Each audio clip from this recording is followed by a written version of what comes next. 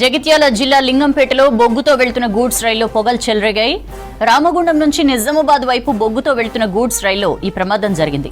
పొగలు వస్తున్నట్లు గుర్తించి లింగంపేట రైల్వే స్టేషన్లో రైలు నిలిపివేశారు అధికారులు. రైల్లోని ఒక వేగంలో బొగ్గు బూడిదగా మారినట్లు గుర్తించారు.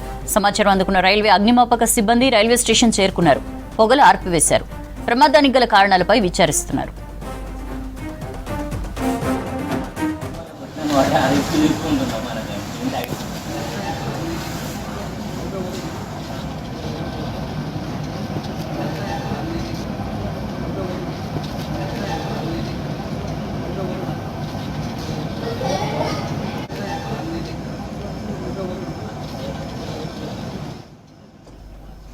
జగిత్యాల జిల్లా లింగంపేటలో బొగ్గుతో వెళ్తున్న గూడ్స్ రైల్లో పొగలు చెలరేగాయి. రామగుండం నుంచి నిజామాబాద్ వైపు బొగ్గుతో వెళ్తున్న గూడ్స్ రైల్లో ఈ ప్రమాదం జరిగింది.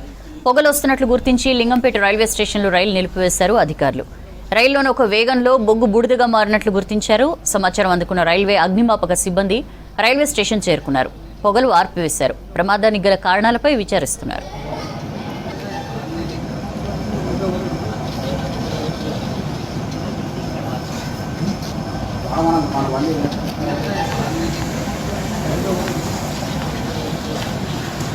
వాళ్ళ బట్టలను వాటి అది తీసుకుంటున్నాం మనకి